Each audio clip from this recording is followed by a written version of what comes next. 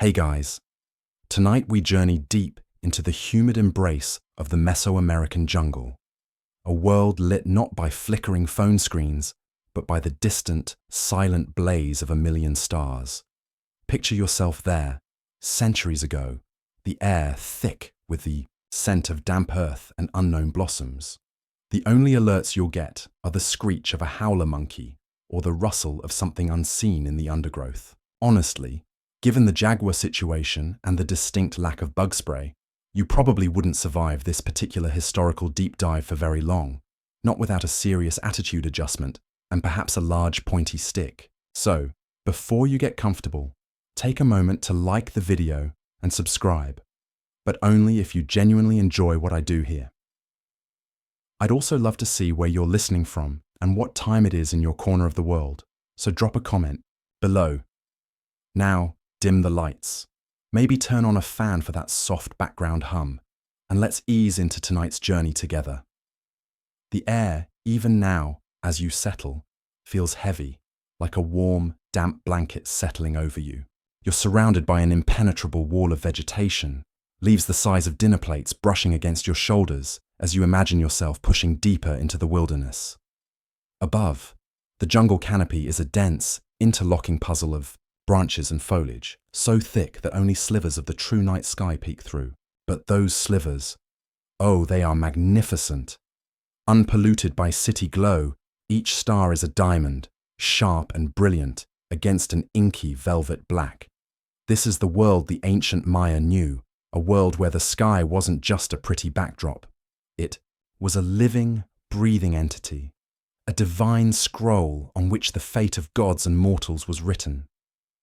You can almost hear the symphony of the night, the rhythmic chirping of cicadas, a sound so constant it becomes a form of silence, the occasional hoot of an owl, its call echoing strangely through the dense trees. Perhaps the distant guttural roar of that jaguar we mentioned.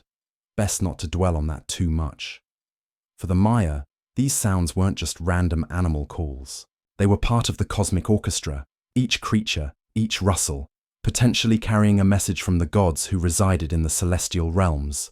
Their connection to the cosmos was profound, woven into the very fabric of their existence. It wasn't a hobby, like your uncle who bought a telescope once, and now it gathers dust. For the Maya, understanding the heavens was a matter of survival, of prosperity, of spiritual necessity. Imagine a Maya skywatcher, perhaps a priest or a dedicated apprentice, venturing out from the relative safety of their village. They wouldn't have your fancy stargazing apps or high-powered binoculars. Their tools were patience, keen eyesight honed over generations, and an intimate knowledge of the jungle's natural clearings or specially constructed viewing platforms. They'd find a spot, maybe a rocky outcrop or a purpose-built, low structure where the canopy thinned just enough to offer a wider view. There, they would sit for hours, night after night, year after year, meticulously observing, noting, and remembering. The sheer darkness would have been overwhelming at first, a cloak of black that your modern eyes, accustomed to perpetual twilight, would struggle to pierce. But slowly, as your pupils dilated, the universe would unfurl. The Milky Way, a shimmering river of light, would spill across the heavens, a celestial road, a cosmic serpent, a sacred tree, depending on the specific interpretation of the moment. This wasn't just a band of distant suns. It was a pathway for deities, a source of creation, a visible manifestation of the sacred. It's a mainstream understanding that the Maya were incredibly astute astronomers, charting celestial bodies with remarkable accuracy. Their understanding of cycles, of planetary movements, was far beyond what many contemporary civilizations possessed. But it's the smaller details, the almost mundane connections, that paint a fuller picture. Think about the fireflies, those little sparks of living light winking in and out of existence in the undergrowth. Some scholars suggest the Maya might have seen them as terrestrial stars, a mimicry of the heavens brought down to Earth, perhaps even messages from the underworld, which they also saw as a layered cosmic space.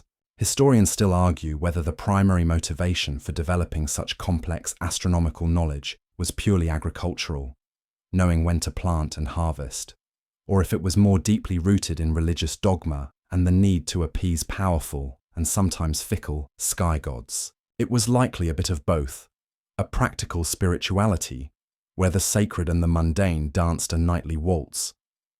The Maya didn't just look up and say, "Oh, pretty." They saw patterns, they predicted events, and they built entire cosmologies around what they observed. The rustling leaves around you aren't just wind.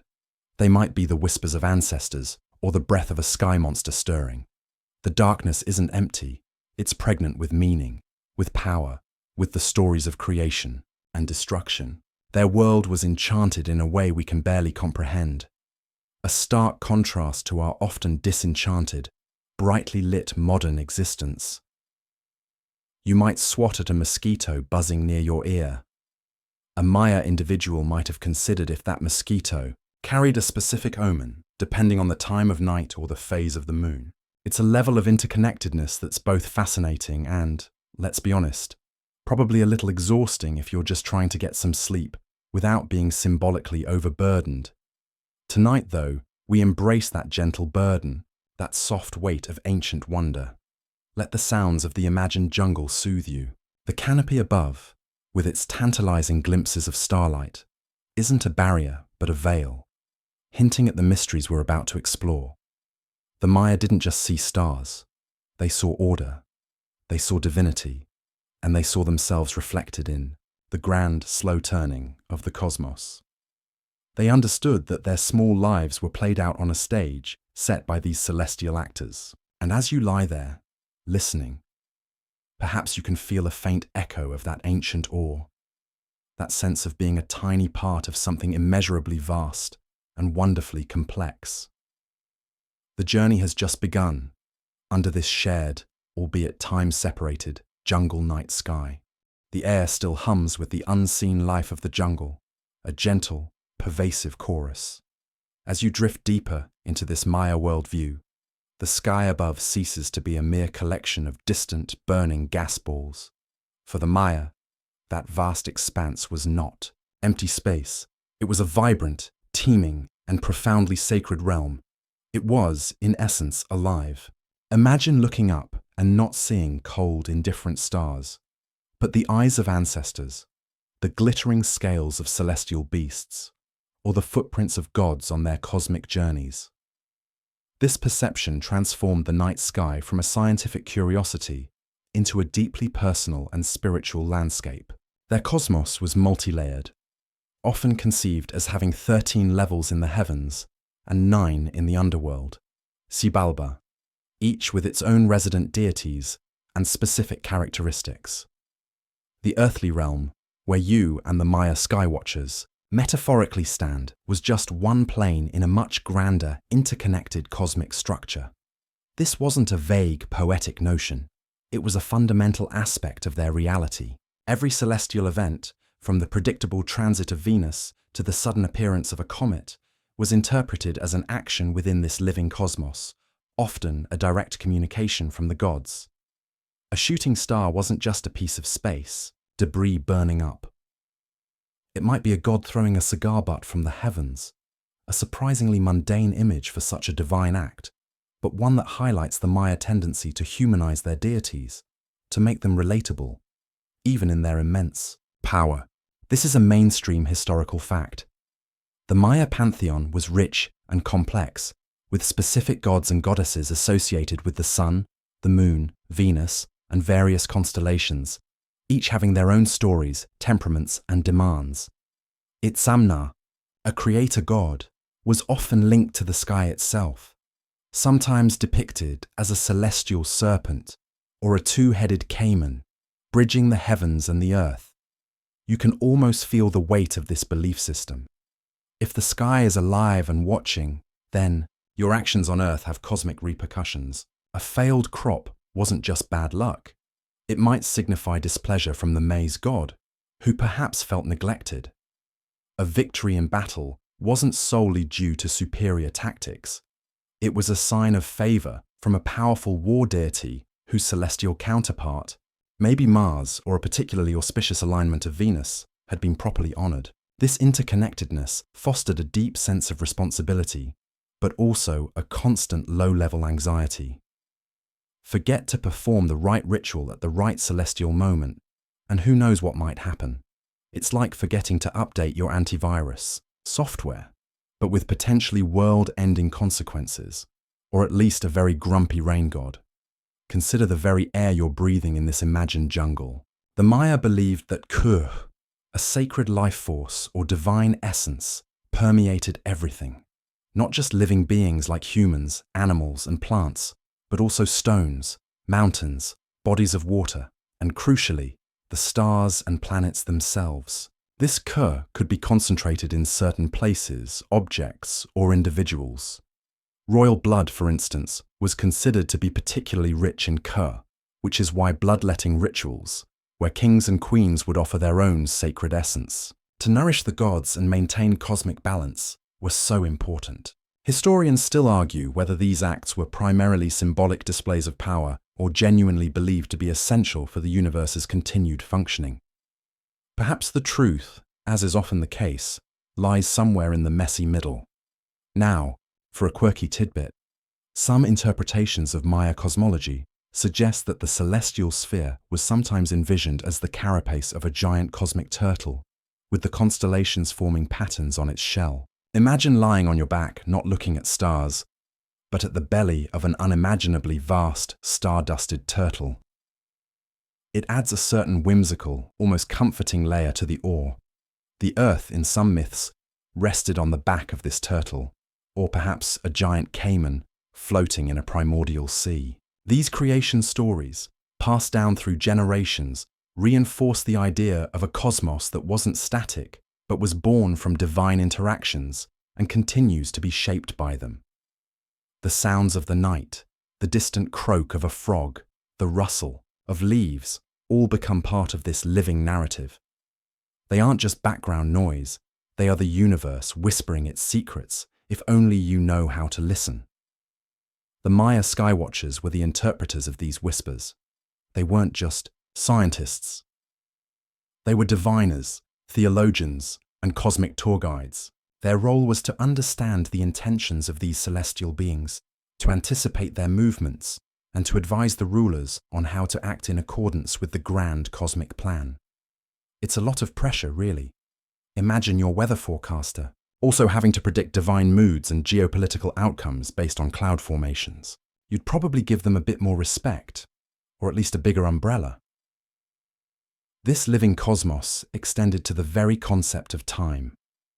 Time wasn't a linear progression, as we often perceive it, but a series of interlocking cycles, mirroring the cycles of the sun, moon, and planets. Each day, each month, each year, had its own sacred character, its own patron deities, its own auguries. This cyclical view meant that patterns observed in the past were expected to repeat, making prediction, not just possible but essential. If a certain celestial alignment coincided with a drought 5 cycles ago, then wisdom dictated preparing for drought when that alignment reappeared. It's a sophisticated form of pattern recognition, imbued with deep spiritual meaning. So, as you settle further, let this idea of a living, breathing sky wash over you. The stars aren't cold and distant. They are participants, actors in the great drama of existence. The darkness between them isn't emptiness, but the very fabric of creation, rich with potential and unseen powers. The Maya didn't just map the stars, they mapped a divine landscape, a place of gods, ancestors, and cosmic forces that directly influence their every waking and sleeping moment. It's a universe that demands reverence, attention, and a constant dialogue.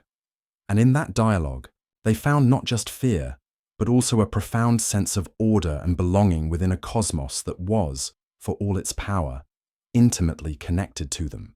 The air in our imagined jungle clearing grows a little cooler as the night deepens. You're now acclimatized to the idea of a living sky, a celestial realm teeming with divine beings and cosmic forces. But how did the Maya, without the aid of telescopes, without glass lenses or sophisticated reflecting mirrors, managed to chart this realm with such astonishing accuracy. Their observatories weren't gleaming domes with rotating roofs. They were often deceptively simple structures, or even just carefully chosen natural landmarks, combined with an incredible understanding of geometry, sightlines, and the patience of saints, or perhaps more accurately, very dedicated priest astronomers. Imagine a structure, perhaps like the caracol at Chichén Itzá, a round tower that stands out amidst the predominantly rectangular architecture of the Maya. Its name, caracol, means snail in Spanish, a nod to the winding staircase within. While not all Maya observatories were round, the caracol is a prime example of a building deliberately designed for astronomical observation. Its remaining windows and doorways align with key astronomical events, particularly the northernmost and southernmost setting points of Venus, as well as solstices and equinoxes. You can picture a Maya skywatcher, night after night, standing at a specific point within such a structure, using a doorway or a narrow window slit as a fixed reference point. As a star or planet drifted into view through that precise aperture, they would know it had reached a significant position in its celestial journey. This method, known as naked eye observation using fixed alignments, was a cornerstone of Maya astronomy. They didn't need to magnify the stars. They needed to pinpoint their positions and track their movements over time. Think of it like using the sights on a rifle, but instead of a target, you're aiming at a planet, and instead of a rifle, you have a massive stone building painstakingly constructed to capture these fleeting alignments. It's a mainstream historical fact that many Maya cities, not just individual buildings, show deliberate astronomical alignments in their layout, orienting ceremonial centers or major causeways towards solar, lunar, or Venusian rising and setting points. This suggests a society-wide commitment to integrating celestial rhythms into the very fabric of their urban design. Beyond dedicated structures, the Maya utilized other ingenious low-tech tools. One common method involved using crossed sticks. Picture two simple sticks, perhaps forked at the top, set up in a precise arrangement. By sighting along the intersection of these sticks, or through the fork of one towards a distant marker, an astronomer could create a consistent line of sight. This allowed for repeatable observations and the accurate measurement of angles and positions. It sounds almost laughably simple to our modern sensibilities, accustomed to digital precision. But with enough care and repetition, these methods yielded remarkably accurate data. They'd also use plumb bobs, a weight suspended on a string, to establish perfect verticals, crucial for ensuring the accuracy of their buildings and their observational setups. It's like ancient surveying, but with cosmic stakes. If your plumb bob is off, maybe the gods get a wonky temple, and nobody wants that. Another fascinating technique involved using the reflective surface of water. Imagine a still, shallow bowl of water, perhaps made of polished stone or pottery, placed in a dark, sheltered spot. The surface would act as a natural mirror, reflecting the night sky. This could have helped in observing stars directly overhead, at the zenith, without craning one's neck uncomfortably for long periods. It might also have aided in tracking the precise moment a star crossed the meridian, the imaginary line running, north-south, directly overhead. Historians still argue whether these water mirrors were primarily for direct observation or for ritualistic purposes, perhaps scrying or connecting with the watery underworld, which was often seen as a mirror image of the sky. Given the Maya tendency to blend the practical with the sacred, it was likely both. Now for a quirky detail, some researchers propose that Maya astronomers might have used their own hands and fingers, held at arm's length, as a rudimentary measuring device for angular distances between celestial objects. Just as you can estimate an angle by spreading your fingers, they might have developed a system of handspans or finger widths to record and compare stellar positions. It's a beautifully simple, embodied form of measurement, always available, no batteries required. It also highlights the intimate, personal connection these skywatchers had with the heavens, their own bodies becoming tools for understanding the cosmos. You can almost see a seasoned astronomer, his face illuminated by starlight, holding up a weathered hand, to take the measure of the moon's journey across the sky. The effectiveness of these methods lay not in their technological complexity, but in the meticulousness and dedication of the observers. They weren't making one-off observations. They were compiling data over decades, even centuries. Records were kept, likely on perishable materials like bark paper or animal hides, though only a few codices survive. These records would have noted the rising and setting points of stars and planets against the local horizon, using prominent landscape features, a distant mountain peak, a distinctive notch in the tree line, as natural markers. Over time, these accumulated observations allowed them to discern patterns, predict cycles, and develop their incredibly sophisticated calendrical systems. It's a testament to the power of long-term, systematic observation, a skill that perhaps we, with our instant access to information, sometimes undervalue. So, as you lie there, picture these ancient astronomers. They are not surrounded by humming computers or whirring telescope motors. They are in the quiet of the jungle night, perhaps with only the chirping of insects for company, or the soft murmur of acolytes recording their words.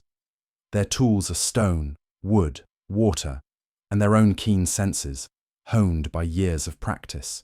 They are engaged in a silent dialogue with the stars, patiently coaxing out their secrets, one carefully observed alignment at a time. It's a slow, methodical process, a far cry from the instant gratification of a Google search, but it built a knowledge system that allowed them to navigate their world and understand their place within a vast, living universe.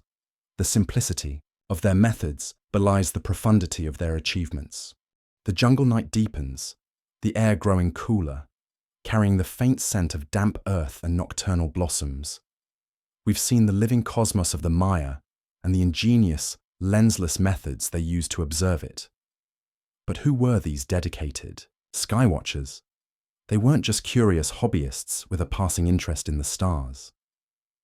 The role of the astronomer in Maya society was a prestigious and highly specialized one, typically held by members of the elite, often priests, who were intricately linked with the ruling class. These were the keepers of sacred time, the interpreters of celestial omens, the individuals tasked with maintaining the delicate balance between the earthly realm and the powerful forces of the heavens. Imagine a figure, perhaps cloaked in intricately woven cotton, adorned with jade and feathers signifying their high status. They move with a certain gravitas, their eyes accustomed to the dim light of torches and the faint glow of the stars. These were the Arkin, the He of the Sun, or more broadly, the priest astronomers. They were literate, skilled in mathematics, and possessed a vast repository of astronomical knowledge passed down through generations, often within specific lineages. Their training would have begun early, apprentices learning at the feet of seasoned masters, memorizing epic poems that encoded astronomical data, learning to read the complex hieroglyphs that recorded celestial events and their associated prophecies. It wasn't a career path you just stumbled into. It was a calling, a sacred duty, and a position of considerable power.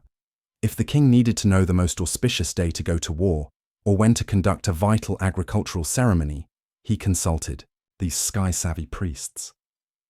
Their lives were dedicated to understanding the rhythms of the cosmos. This wasn't a 9-to-5 job with weekends off.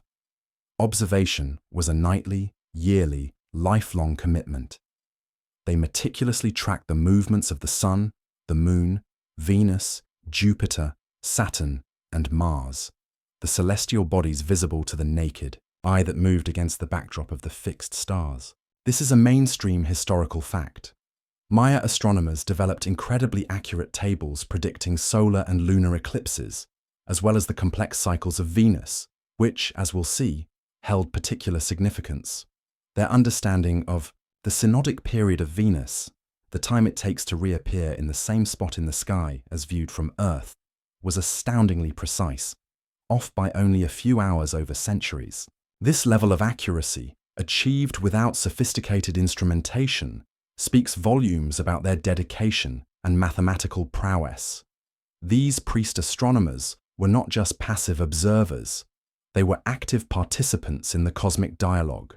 Their observations informed the timing of religious ceremonies agricultural activities, and major state decisions. A miscalculation, a misinterpreted omen, could have dire consequences, leading to failed harvests, lost battles, or divine displeasure. The pressure must have been immense. Imagine having to tell your ruler, yeah, about that giant world-ending serpent god you wanted to appease next Tuesday. My charts say he's actually more receptive on Thursday, provided we sacrifice an extra turkey. It's a delicate negotiation, where scientific observation blends seamlessly with ritual and prophecy. Now for a quirky, or perhaps rather intense, tidbit. Some Maya relief carvings and painted ceramics depict astronomers with distinct characteristics, sometimes with crossed eyes, which was considered a mark of beauty or status, but might also have been linked to certain deities, like the sun god Kinich Ahau, who was occasionally shown with this feature. There's also speculation, though less substantiated, that some priest astronomers might have engaged in practices like prolonged staring at the sun, perhaps through smoky obsidian or other filters, if at all, or ingesting psychoactive substances to achieve altered states of consciousness, believing it enhanced their ability to commune with the celestial deities and perceive hidden truths. Historians still argue whether such practices were widespread or confined to specific cults or individuals, and what their actual impact on observational accuracy might have been. It certainly adds a layer of mystique and perhaps a slight headache to our image of these ancient stargazers. The knowledge they held was sacred, and therefore often secret, jealously guarded by the priestly class. It wasn't disseminated to the general populace in the way scientific knowledge is today. While the common Maya farmer certainly understood the basic seasonal cycles and the importance of the sun and moon for agriculture, the complex calculations, the predictions of eclipses, the intricate theological interpretations, these were the domain of the elite. This created a power dynamic, where the rulers and priests, armed with celestial knowledge, could reinforce their authority and guide society according to what they presented as the dictates of the gods. It's a classic case of knowledge is power, played out on a cosmic scale. Think of their workplaces, not sterile laboratories, but temple precincts, the summits of pyramids, or those specially designed observatories like the Caracol. These were sacred spaces, imbued with spiritual energy. Their work was as much a religious ritual as it was a scientific endeavor. The act of observation itself could be a form of prayer, a way of attuning oneself to the divine will. They would consult ancient texts, their precious codices, comparing current observations with records from the past, looking for patterns, for repetitions, for clues to the future. The weight of history, the wisdom of their ancestors, would have been a constant presence in their work. So, as you lie there, let the image of these dedicated priest astronomers settle in your mind. They are the scholars of the stars, the interpreters of divine messages, the timekeepers of an entire civilization. Their focus is intense, their knowledge profound, their responsibility immense. They are the bridge between the earthly and the celestial, their lives devoted to unraveling the mysteries of the living sky, not for mere curiosity, but for the very survival and prosperity of their people. Their gaze is fixed upwards, seeking understanding in the slow, majestic dance of the heavens. The velvet darkness of the Maya night continues to envelop us, a canvas upon which celestial dramas unfold. We've met the priest astronomers, the dedicated keepers of cosmic knowledge. Now let's turn our attention to one of their most significant, and often most feared, celestial preoccupations, the planet Venus. To the Maya, Venus wasn't just another bright point of light in the sky. It was a powerful deity, a harbinger of war, and an object of intense, meticulous observation. They called it Chak-Ek, the great star, or No-Ek, and its movements were charted with an accuracy that is, frankly, astonishing. Imagine the Maya, skywatcher, perhaps stationed at a window in the Caracol at Chichen Itza, specifically aligned to track Venus's risings and settings. Night after night, or morning after morning, depending on whether Venus is appearing as the morning star or evening star, they would note its position relative to the horizon and other celestial markers. The Maya understood, with incredible precision, the synodic period of Venus, the 584 days it takes for Venus to cycle through its phases and appearances as viewed from Earth. They didn't just know the average, they were aware of the slight variations and even incorporated correction schemes into their calendrical calculations to keep their Venus tables accurate over vast stretches of time. The Dresden Codex, one of the few surviving Maya books, contains extensive and highly accurate almanacs detailing the appearances and disappearances of Venus, associating its various phases with different deities and prognostications. This is a mainstream historical fact. The Maya Venus tables in the Dresden Codex are a marvel of ancient astronomy, demonstrating a sophisticated understanding of celestial mechanics. Why such an intense focus on this particular planet? For the Maya, Venus, especially during its heliacal rising as the morning star, its first appearance after a period of invisibility when it's too close to the sun, was often associated with warfare, death, and sacrifice. Certain Venusian events were considered ominous, portents of doom or opportune moments for military campaigns. Rulers would time their coronations, battles, or the capture of important enemies to coincide with specific phases of Venus, believing it would grant them divine favor or imbue their actions with cosmic significance. You can picture a Maya king consulting anxiously with his priest astronomers. Is Chak-Ek in the right position for us to, shall we say, aggressively renegotiate our borders with the neighboring city-state? It's a celestial green light for conflict, which is a rather unsettling thought. The mythology surrounding Venus is rich and complex. It was often personified as a warlike god, perhaps a manifestation of Kukulkan, the feathered serpent, equivalent to the Aztec Quetzalcoatl, or other deities associated with hunting, sacrifice, and transformation. When Venus appeared, particularly after its period of invisibility when it conjoined with the sun, it was seen as emerging reborn and powerful from the underworld, armed and dangerous. This period of invisibility, about 8 days during its superior conjunction, when it passes behind the sun, was a time of anxiety and anticipation. Its reappearance was a moment of great astrological weight. There's a certain dramatic flair to it all, a celestial gladiator re-entering the arena, now for a quirky and somewhat grim detail. The glyphs associated with Venus in Maya script often incorporate symbols of spears, darts, or captive figures, reinforcing its martial connections. Some interpretations of the Dresden Codex suggest that certain dates linked to Venus's heliacal risings were considered so unlucky that even looking at the light of the newly risen planet could bring misfortune, disease, or death to specific social classes or individuals. People might have been warned to stay indoors or avert their gaze during these critical celestial moments. Imagine a citywide "Don't Look Up" advisory, but instead of a cheesy sci-fi movie, it's based on millennia of astronomical observation and deeply held belief. Historians still argue about the precise nature of these Venus warfare connections. Was it purely astrological, or did Maya military strategists genuinely use Venusian cycles to plan campaigns, perhaps exploiting the psychological impact of attacking under an auspicious celestial sign? The Maya also meticulously tracked Venus's periods of invisibility. Besides the 8 days at superior conjunction, there's a longer period of about 50 days, though it varies, when Venus is invisible as it transitions from evening star to morning star. Inferior conjunction, when it passes between Earth and the Sun.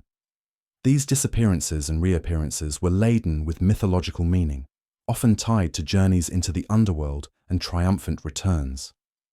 The precision with which they predicted these periods, crucial for maintaining the accuracy of their Venus calendar, is simply astounding. They effectively had a celestial clock accurate to within a day over many centuries, centered on this one great star.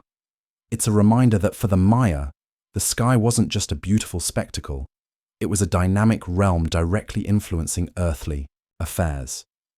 The movements of Venus weren't just interesting astronomical phenomena. They were cosmic signals, directives from powerful gods that had to be heeded. The fate of kingdoms, the success of harvests, the lives of individuals, all were seen as interwoven with the dance of Chak-Ek across the heavens. It's a lot of responsibility to place on a planet that's mostly just reflecting sunlight and minding its own business, geologically speaking. But in the Maya worldview, Venus was an active, often malevolent player in the grand cosmic game. So, as you drift, imagine that brilliant point of light, Venus, hanging in the pre-dawn or post-dusk sky. See it not as a planet of rock and acid clouds, but as the Maya saw it, a divine warrior, a celestial omen, a star whose gaze could spell triumph or disaster. Its patient tracking was a matter of state security, a sacred science dedicated to navigating the often perilous currents of a living and sometimes warmongering cosmos. The night wears on. The air in our imagined jungle growing still and hushed, broken only by the soft, rhythmic sounds of nature. Having explored the ominous gleam of Venus, let's now turn our gaze to the most dominant, life-giving celestial body in our sky, the sun. For the Maya, as for most ancient cultures, the sun was an object of supreme importance, a powerful deity, and the anchor of their agricultural and ritual calendars. Its daily journey across the sky and its annual north-south migration were meticulously observed, charted, and woven into the very fabric of their lives. Picture yourself standing in a Maya plaza at dawn. The eastern horizon begins to glow, a soft blush of light slowly pushing back the darkness. Then, the first fiery sliver of the sun appears, Kinich Ahau, the sun god, beginning his majestic ascent. For the Maya, this wasn't just a predictable astronomical event. It was a daily miracle, a triumph of light over darkness, a reaffirmation of cosmic order. Kinich Ahau was often depicted with jaguar-like features, a large square eye, and sometimes a flint knife protruding from his forehead, symbolizing his power and occasionally his fierceness. He was a giver of life, warmth, and light, essential for the growth of maize, the staple crop that sustained Maya civilization. Without his daily journey, life itself would cease. The Maya tracked the sun's path with great care, not just its daily rising and setting, but its subtle seasonal shifts. They understood the solstices, the longest and shortest days of the year, marking the sun's northernmost and southernmost points in the sky, and the equinoxes, when day and night are of equal length, and the sun rises due east and sets due west. This is a mainstream historical fact. Many Maya structures, such as the E-group architectural complexes found in numerous sites, named after Group E at Huaxactun, the first one identified, were specifically designed as solar observatories. An observer standing on a western pyramid, looking east towards a long platform with 3 temples, could mark the solstices and equinoxes by noting where the sun rose in relation to these structures.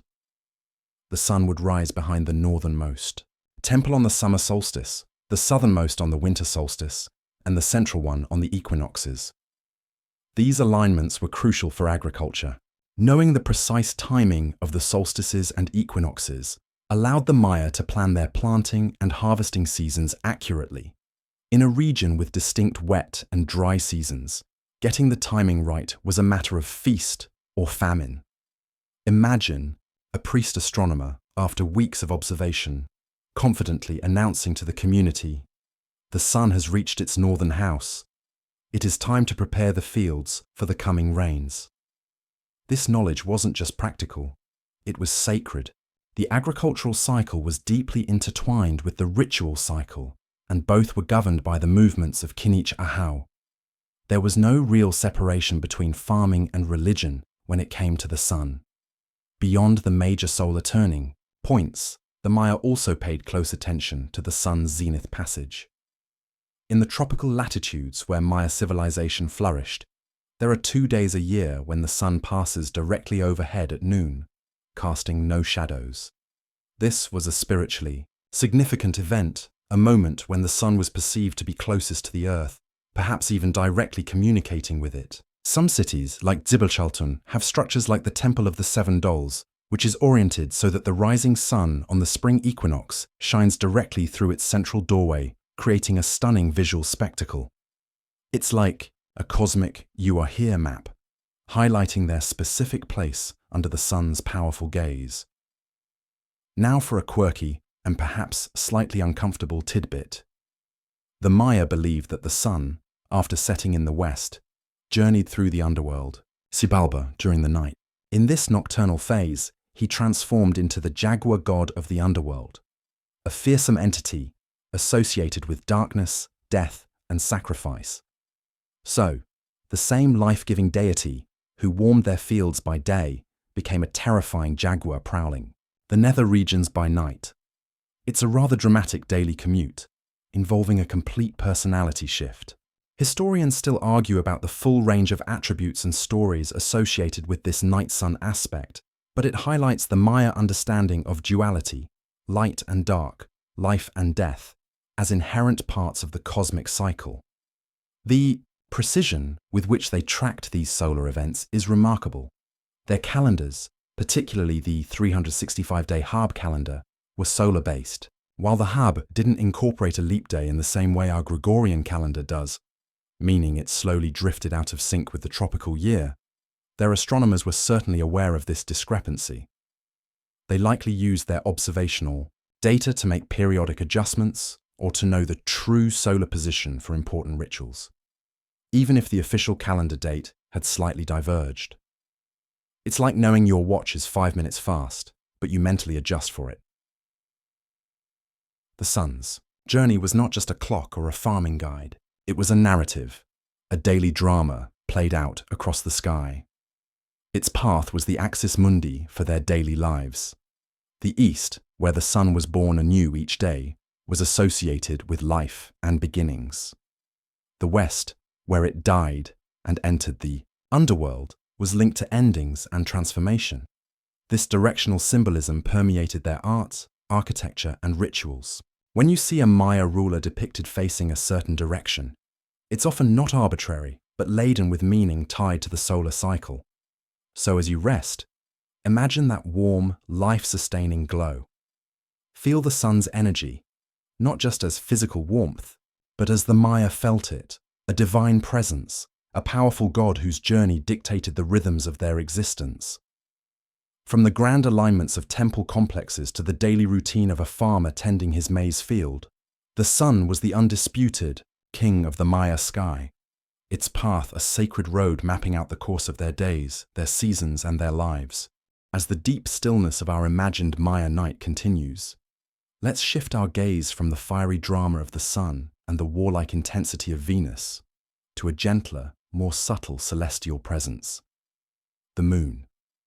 While perhaps not as overtly powerful, in its perceived influence on major state affairs like warfare, the moon, with its ever-changing phases and its soft, silvery light, held a profound significance for the Maya.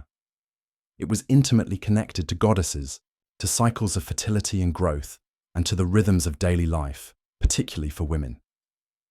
Picture the full moon rising over the jungle canopy, casting ethereal shadows and transforming the familiar landscape into a world of monochrome magic. For the Maya, the moon, known as U or Ix-Er, was not a static entity, but a dynamic being, constantly waxing and waning, dying and being reborn.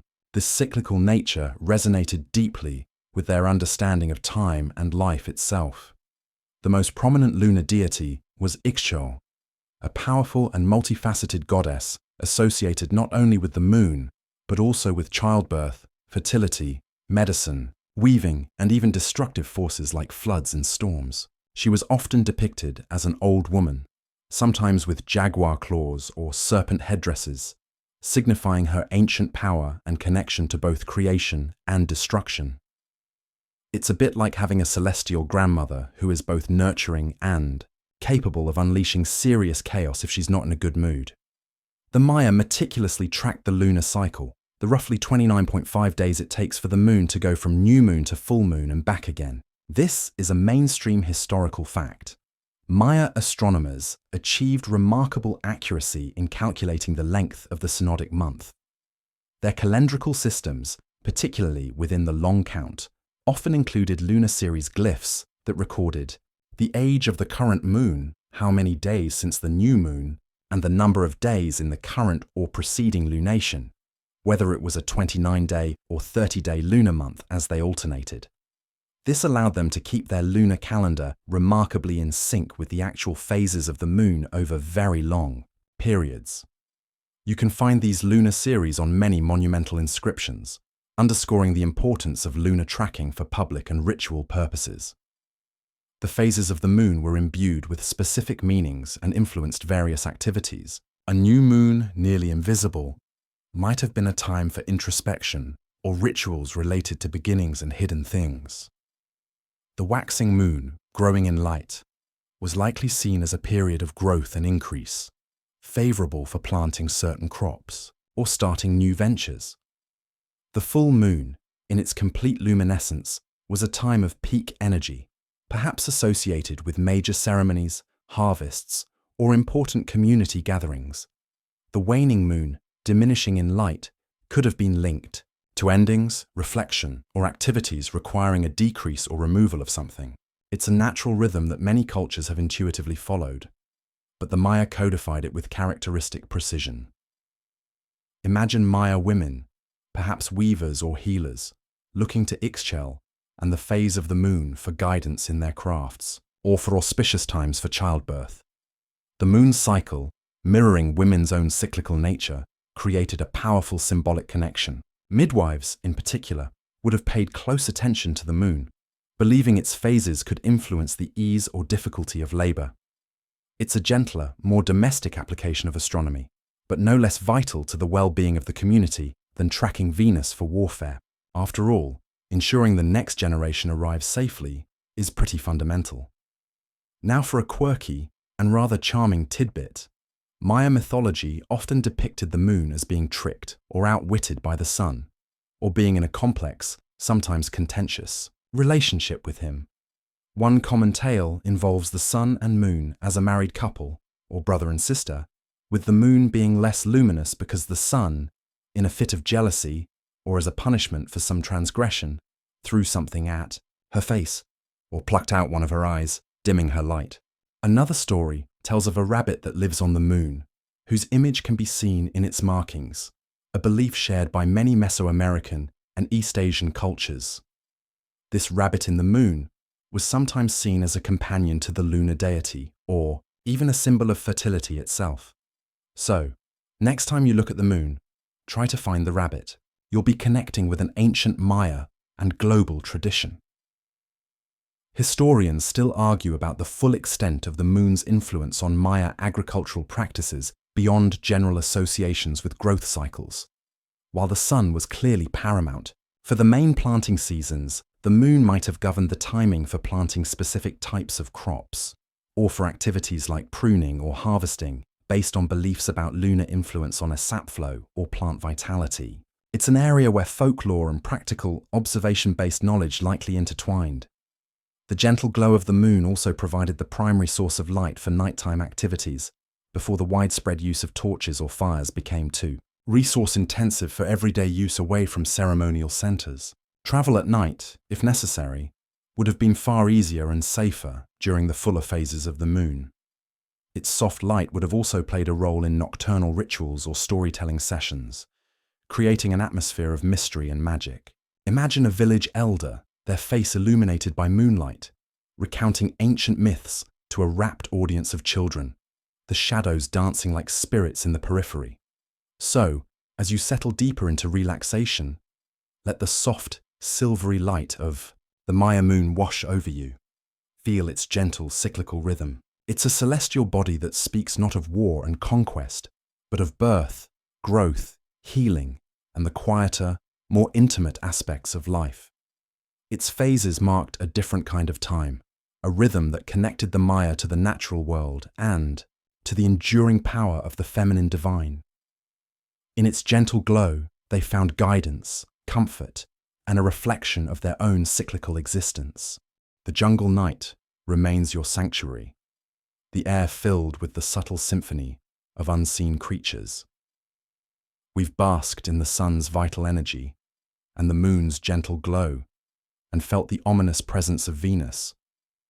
But what happened when these celestial certainties were dramatically interrupted? Eclipses, both solar and lunar, were events of profound awe, considerable fear, and intense astrological scrutiny for the Maya. They weren't just unexpected darkness or a reddened moon. They were potent omens, moments when the cosmic order seemed to hang in the balance.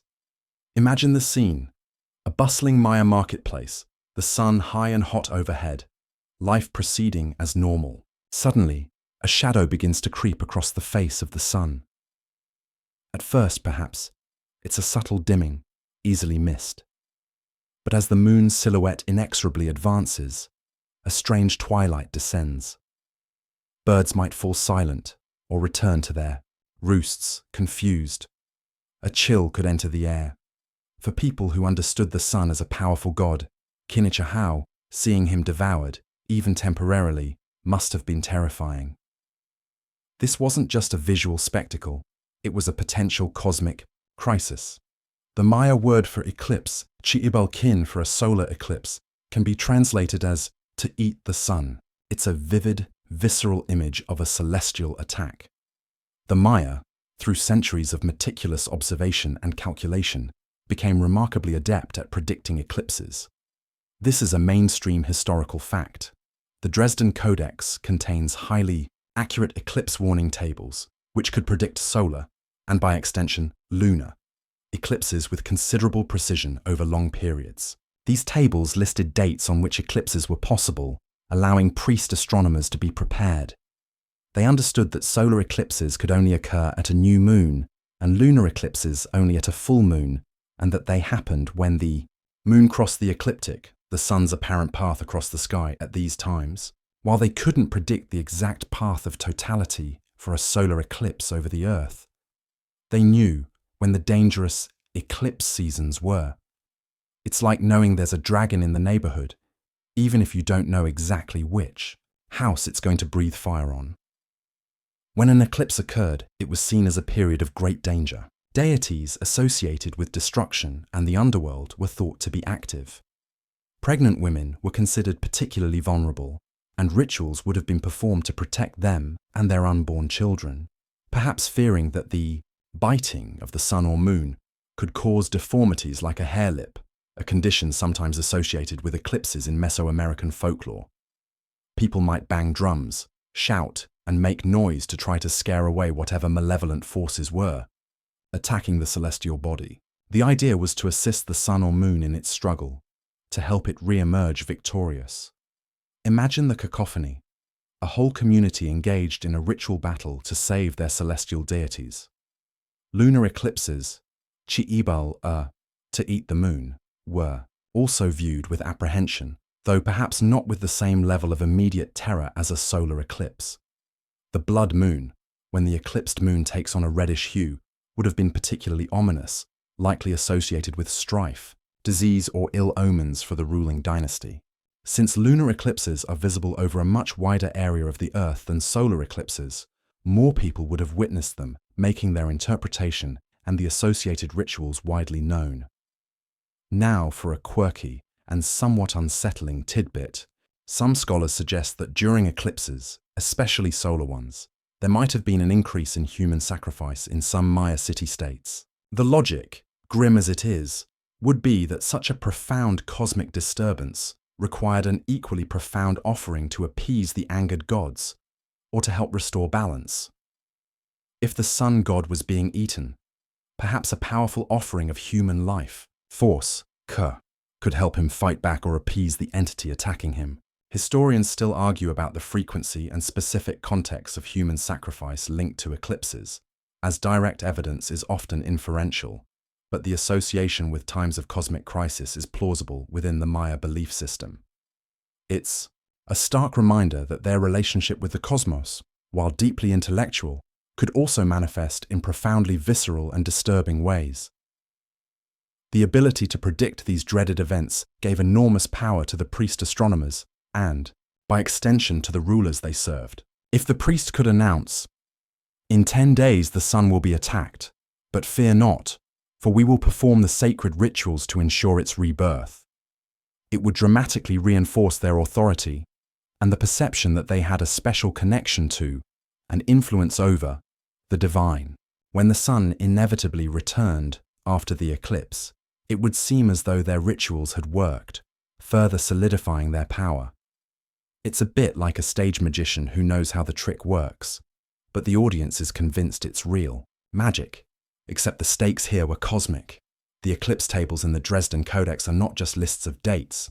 They are often accompanied by images of sky serpents or other devouring entities, along with glyphs specifying the associated auguries and rituals. These were practical guides for navigating moments of celestial peril. The accuracy of these tables, developed without advanced mathematics like trigonometry in the way we know it, but through meticulous observation of patterns, like the Saros cycle, an approximately 18-year period after which similar eclipses recur, is a testament to their intellectual prowess. So, as you lie in the quiet darkness, imagine that sudden, unnatural twilight of a solar eclipse or the eerie red glow of a lunar one. Feel the primal fear mixed with awe that such an event would inspire. The Maya didn't see these as mere astronomical alignments. They saw them as battles in the heavens, as moments when the fate of their world hung precariously. Their ability to foresee these cosmic struggles was a cornerstone of their astronomical knowledge, a vital tool for maintaining order, power, and perceived harmony with a universe that could, at times, show its terrifying fangs. The deep night continues, the air heavy with the scent of unseen tropical flowers and damp earth. We've navigated by the sun, moon, and planets, and even faced the dread of eclipses. Now let's lift our gaze to one of the grandest, most awe-inspiring features of the night sky. A feature that for the Maya was not just a collection of distant stars, but a celestial river, a cosmic road, or even the embodiment of a creator deity, the Milky Way. Imagine yourself far from any city lights, perhaps, lying on your back in that same jungle clearing we first entered. As your eyes fully adapt to the profound darkness, the Milky Way spills across the heavens like a luminous, ghostly river, a shimmering band of light stretching from horizon to horizon. For the Maya, this magnificent celestial structure was a source of numerous myths and interpretations.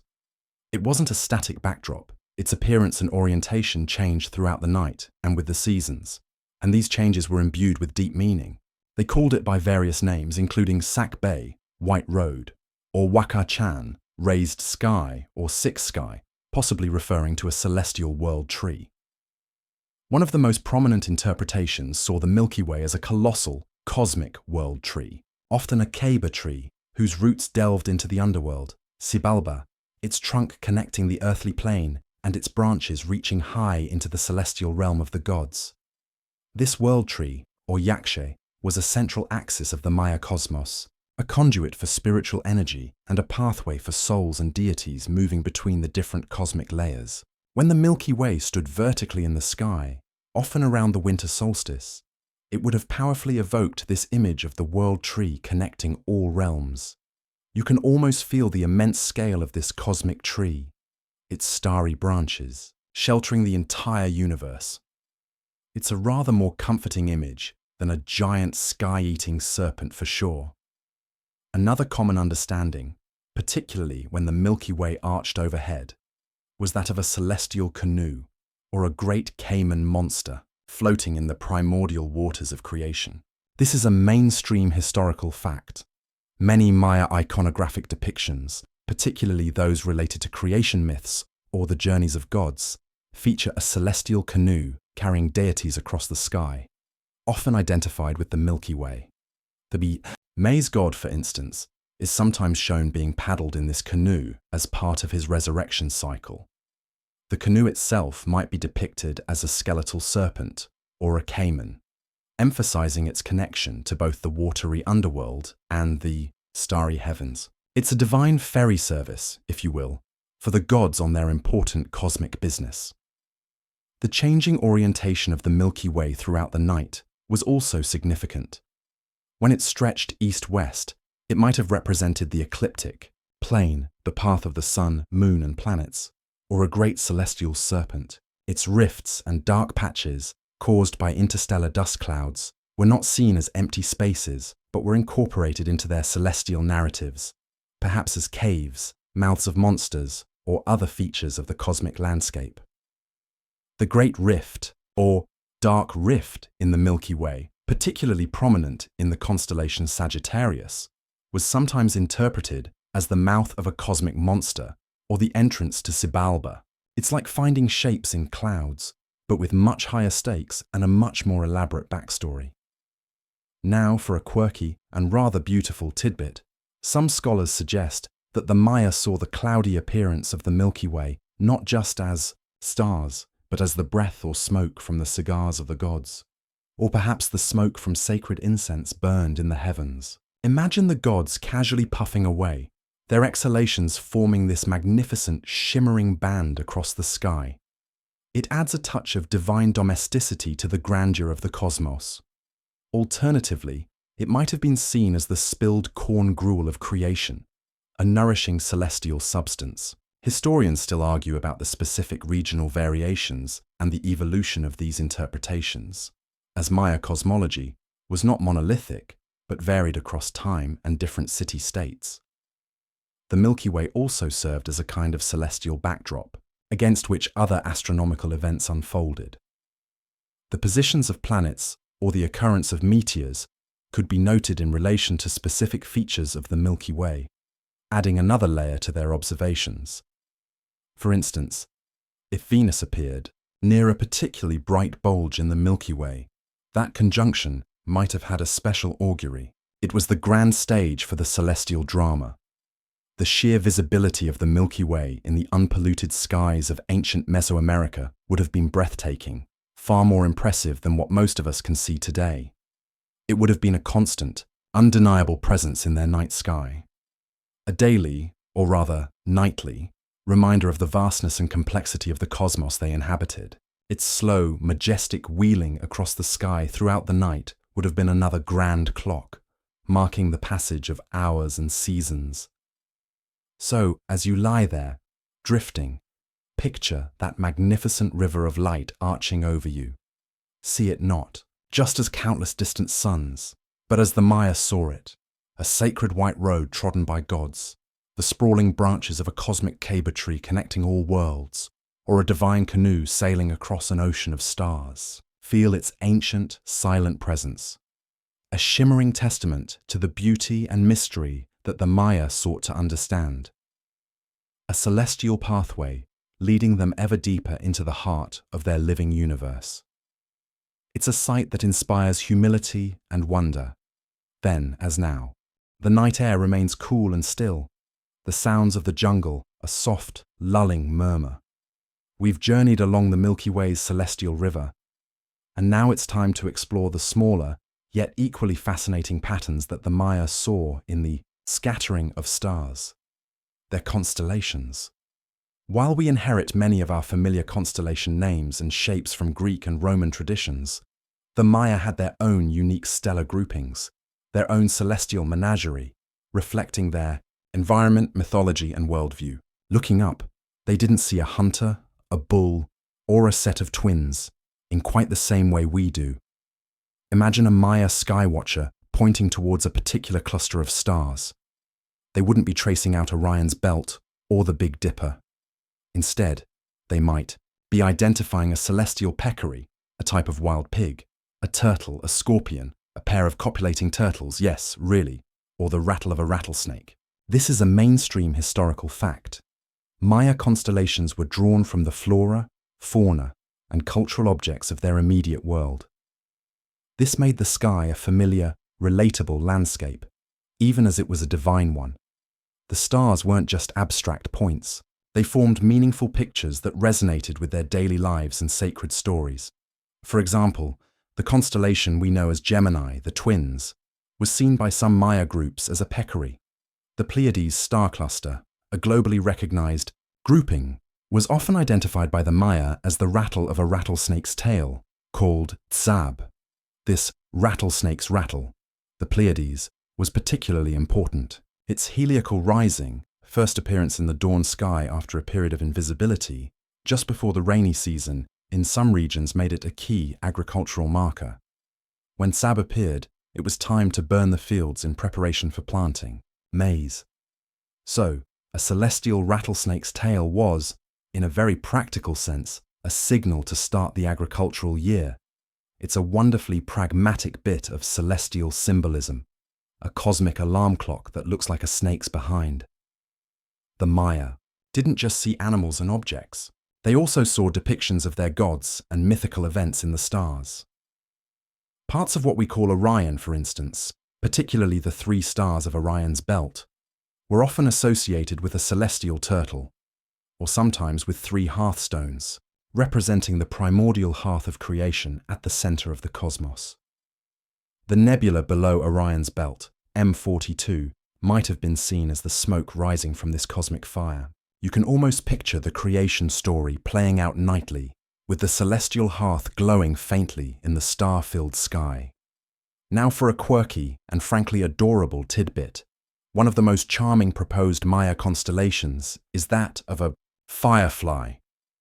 While the exact stellar configuration is debated, the idea that these tiny, blinking insects of the jungle floor had their celestial counterparts speaks volumes about the Maya's keen observation skills and their tendency to see the microcosm reflected in the macrocosm. Imagine a priest astronomer meticulously tracking a faint cluster of stars believed to be celestial fireflies, perhaps associating them with transformation or messages from the spirit world, just like their earthly counterparts we talked about earlier.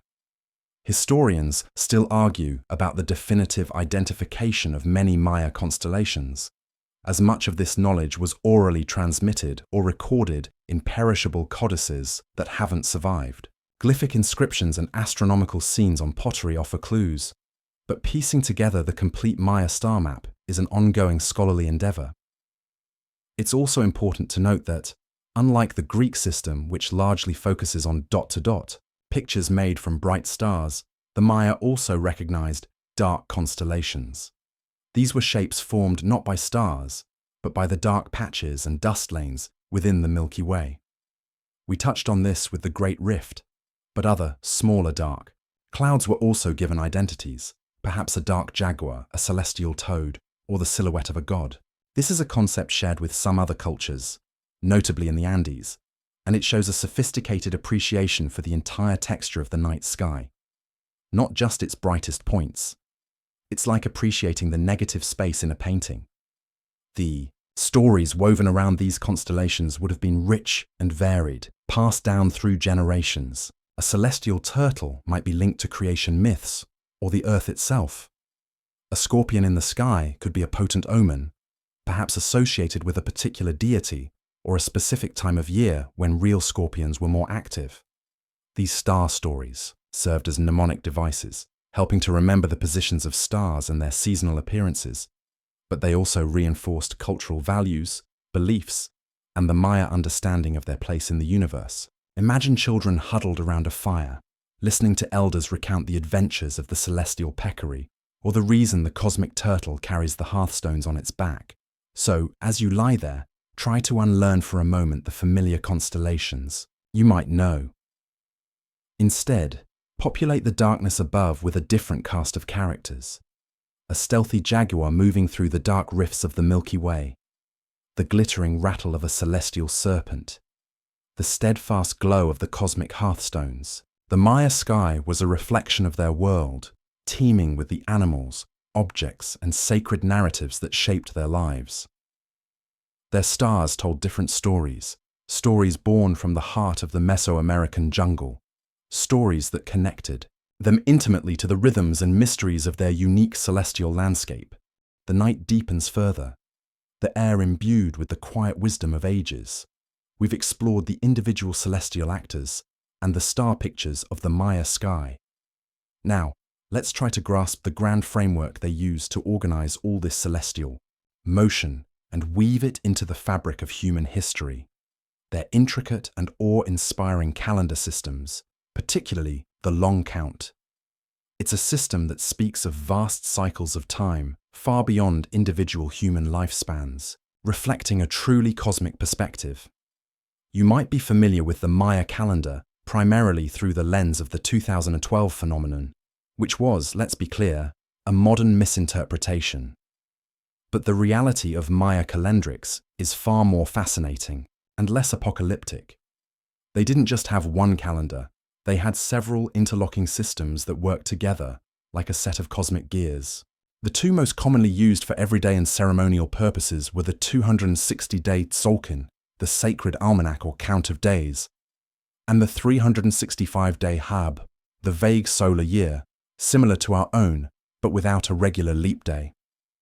These two calendars mesh together to form the calendar round, a cycle of 52 Hab years, or 73 Tzolk'in years, which is 18,980 days, before a specific date combination would repeat. For the Maya, reaching the end of a calendar round was a significant event, a time for renewal and major ceremonies.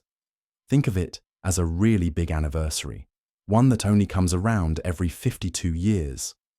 But for tracking history over much longer periods, for situating events within a grander sweep of cosmic time, the Maya used the long count. This is a mainstream historical fact. The long count calendar measures time in a linear fashion, though within an even larger cyclical framework, from a mythological starting point, which modern scholars correlate, to August 11th, 3114 BCE in our Gregorian calendar. This zero date marked the beginning of the current great cycle of creation. Dates in the long count are expressed as a series of 5 numbers, representing periods of days: Kin, 1 day; Winal, 20 Kin, at 20 days; Tun, 18 Winal, 360 days. Note, not 365. Katun, 20 Tun, or 7,200 days, or about 19.7 years. And Baktun, 20 Katun, 144,000 days, or about 394.5 years.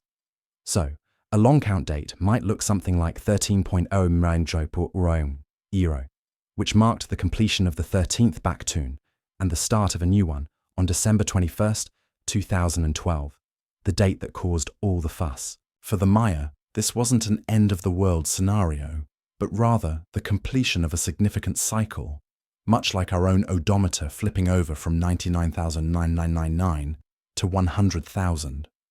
It was a moment of profound transition, certainly, and likely one for major celebrations and reflections on the patterns of history, but not an apocalypse. Their view of time was fundamentally cyclical.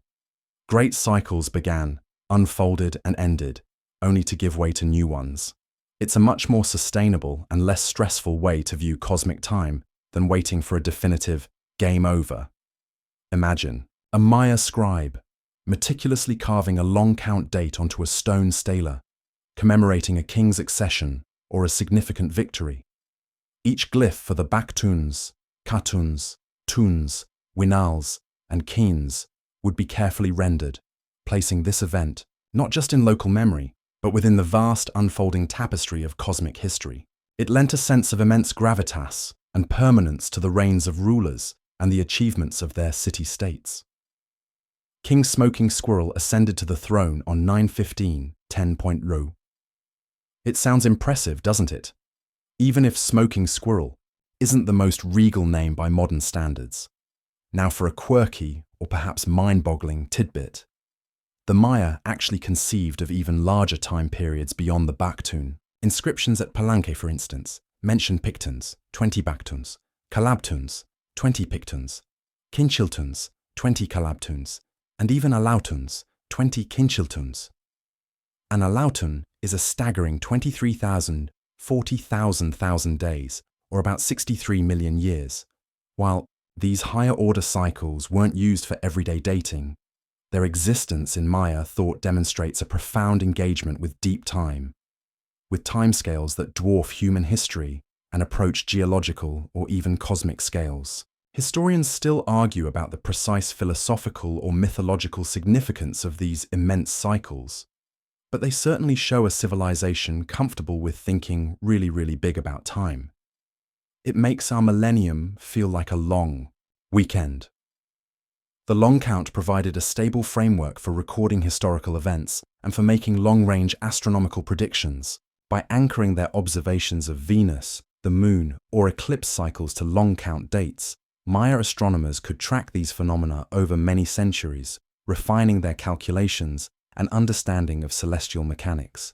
It was the ultimate, chronological backbone for their scientific and historical endeavors. This cyclical, yet linear conception of time is quite different from our predominantly linear Western view. While we acknowledge cycles like seasons or years, our overarching, historical narrative tends to be one of forward progression or decline, depending on your optimism. The Maya saw history as repeating patterns within these grand cycles. Events of the past, especially those that occurred at similar points in previous Katun or Baktun cycles, could hold omens or lessons for the present. It's a bit like believing that if something bad happened on a Tuesday 400 years ago, you should probably be a little wary on Tuesdays in the corresponding part of the current great cycle. So, as you rest, let your mind drift along these immense currents of Maya time. Feel the slow turning of the Katuns and Baktuns. The long count wasn't just a way of counting days. It was a philosophical statement about the nature of existence, about the universe's enduring rhythms, and about humanity's place within an unfolding cosmic story that was far, far larger than any single lifetime or even any single civilization. It's a perspective that invites humility and a deep appreciation for the long view. A gentle reminder that our own fleeting moments are part of a much grander, ever-repeating, ever-renewing cosmic dance. The jungle night enfolds us, a timeless sanctuary. We've delved into the Maya's grand conception of time with the long count. But how was all this complex astronomical and calendrical knowledge recorded and transmitted? While monumental stone, inscriptions, the stelae, tell part of the story, much of the detailed astronomical data, the predictive tables, and the ritual almanacs were meticulously painted into sacred books known as codices. These were the true encyclopedias of Maya celestial wisdom, precious and fragile repositories of generations of sky watching. Imagine a Maya priest astronomer, a scribe of the sacred, carefully preparing a strip of bark paper. The inner bark of certain fig trees, particularly the amate tree, would be soaked, pounded, and smoothed to create a surprisingly durable, flexible writing surface.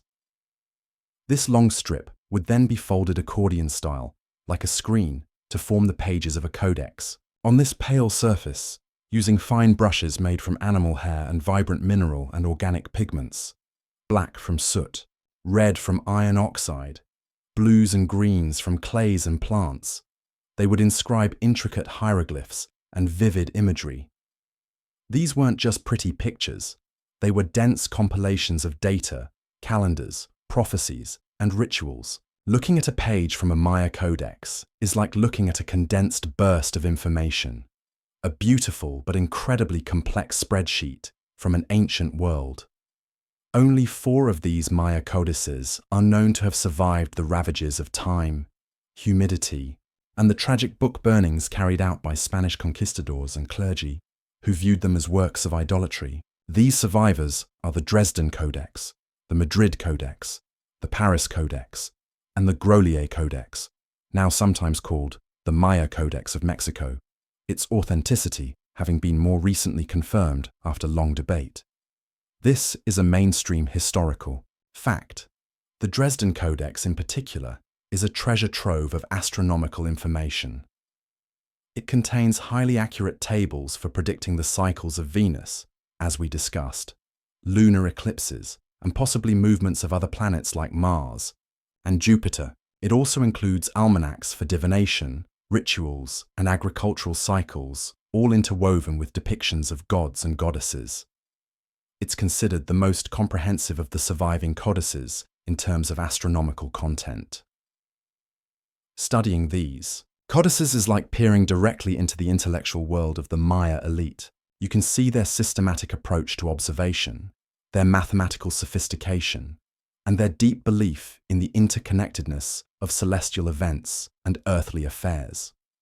The Venus tables in the Dresden Codex, for example, don't just list dates. They associate different phases of Venus with specific deities, auguries, good or bad luck, and even recommended actions or sacrifices. It was a practical handbook for navigating a divinely ordered and astrologically influenced world. If your name was King Jaguar Paw, and the codex said that on a certain Venus appearance, jaguars would be unlucky, you'd probably lie low, and maybe send your least favorite courtier out on errands. Now for a quirky and somewhat poignant tidbit. The Paris Codex, while more fragmented than the Dresden, contains what appear to be sections dealing with Maya constellations, our Tezab, rattlesnake tail, for example, and perhaps even a type of zodiac with different sky creatures associated with different periods of the year. One fascinating section seems to depict a series of Carton-ending ceremonies with specific patron deities for each 20-year Carton cycle. It's like a long-term spiritual forecast. The poignancy comes from realizing just how much knowledge was lost. If these few battered survivors contain such riches, imagine what was contained in the hundreds, perhaps thousands, of codices that were destroyed. It's a library burned down, with only a few singed pages remaining. Historians still argue about the exact reading and interpretation of many glyphs and images within the codices. The language is complex, often employing phonetic signs, logograms, symbols representing whole words, and semantic determinatives. Deciphering them has been a monumental, ongoing effort by scholars over decades. Each newly understood glyph can unlock another layer of meaning, another insight into Maya thought. The astronomical sections are somewhat easier to crack because the underlying mathematics and observable cycles provide a framework for understanding. If the numbers line up with the known cycle of Venus, you're probably on the right track. These codices were not meant for public consumption. They were sacred texts, handled and interpreted by the priestly class, the archin. They were tools for divination, for planning ceremonies, for advising rulers, and for educating new generations of scribes and astronomers. Owning or being able to read a codex was a mark of immense status and learning. They were likely kept in special repositories within temple complexes or royal palaces, carefully protected from the elements and from profane eyes. Imagine the quiet reverence with which these books were created and consulted. The scribe, dipping their brush into a pot of black ink, carefully forming the intricate lines of a glyph that could predict an eclipse decades in advance, or detail the offerings needed. To appease a sky god, there's a profound sense of dedication, of knowledge being a sacred trust. The vibrant colors, the dynamic figures of gods and cosmic monsters, all speak of a universe that was alive, powerful, and intimately knowable through these sacred pages. So, as you drift deeper into relaxation, picture these folded books of bark paper, their pages filled with the wisdom of the Maya skywatchers. They are silent witnesses to a sophisticated intellectual tradition, a testament to a people who sought to understand the cosmos, not just with their eyes, but with their minds and spirits, recording their discoveries in these beautiful, fragile, and incredibly precious sacred almanacs. They are a whisper from a lost world, carrying the echoes of ancient stars. The velvety darkness of our Maya night continues its soothing embrace. We've seen the sacred codices, the repositories of astronomical knowledge. But what underpinnings allowed for such precise calculations, such complex calendrical systems? The answer lies in the elegant and surprisingly sophisticated mathematics of the Maya, particularly their vigesimal base 20 number system, and their understanding of the concept of zero. Without these mathematical tools, their astronomical achievements would have been impossible. Imagine for a moment trying to calculate the 584-day cycle of Venus, or track the 144,000 days of a Bakhtun using Roman numerals. It would be an absolute nightmare, a cumbersome mess of X's, V's, and I's. The Maya, however, had a system that was both simple in its components and powerful in its application. This is a mainstream historical fact. The Maya developed a positional, numeral system based on the number 20, vigesimal, likely derived from counting on both fingers and toes. This system used only three basic symbols: a dot for the value of 1, a bar for the value of 5, and a shell-like symbol, often depicted as an actual shell or a stylized flower or eye, for 0. Numbers were written vertically, with the lowest position at the bottom. In the first position, bottom, a dot meant 1, 2 dots meant 2, a bar meant 5, a bar and a dot meant 6, 2 bars meant 10, 3 bars, and 4 dots meant 19. Once you reach 20, you move to the next position up. So, a dot in the second position, above a 0 in the first position, meant 1x20, 120. A dot in the third position, above zeros in the first and second, meant 1x20x20 or 400, and so on. This positional place value system, similar to our own base 10 decimal system, allowed for the representation of very large numbers with relative ease and clarity. It was a remarkably efficient system for computation. The Maya understanding and use of 0 was particularly revolutionary.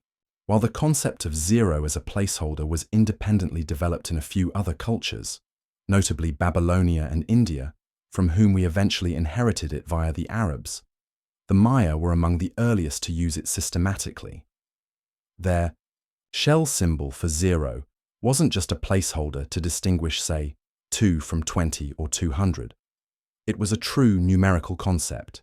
It allowed for unambiguous representation of numbers and was essential for the complex calculations involved in their calendar and astronomy. Without 0, the long count, with its precise tallies of days, into the hundreds of thousands and even millions, would have been unwieldy, if not impossible to manage. It's hard to overstate how big a deal 0 is. It's the unsung hero of mathematics. Think about a Maya priest astronomer performing calculations. They wouldn't have had paper and pencil as we do, nor pocket calculators. They might have used a counting board with pebbles or seeds, or perhaps drawn figures in the sand or on a specially prepared surface.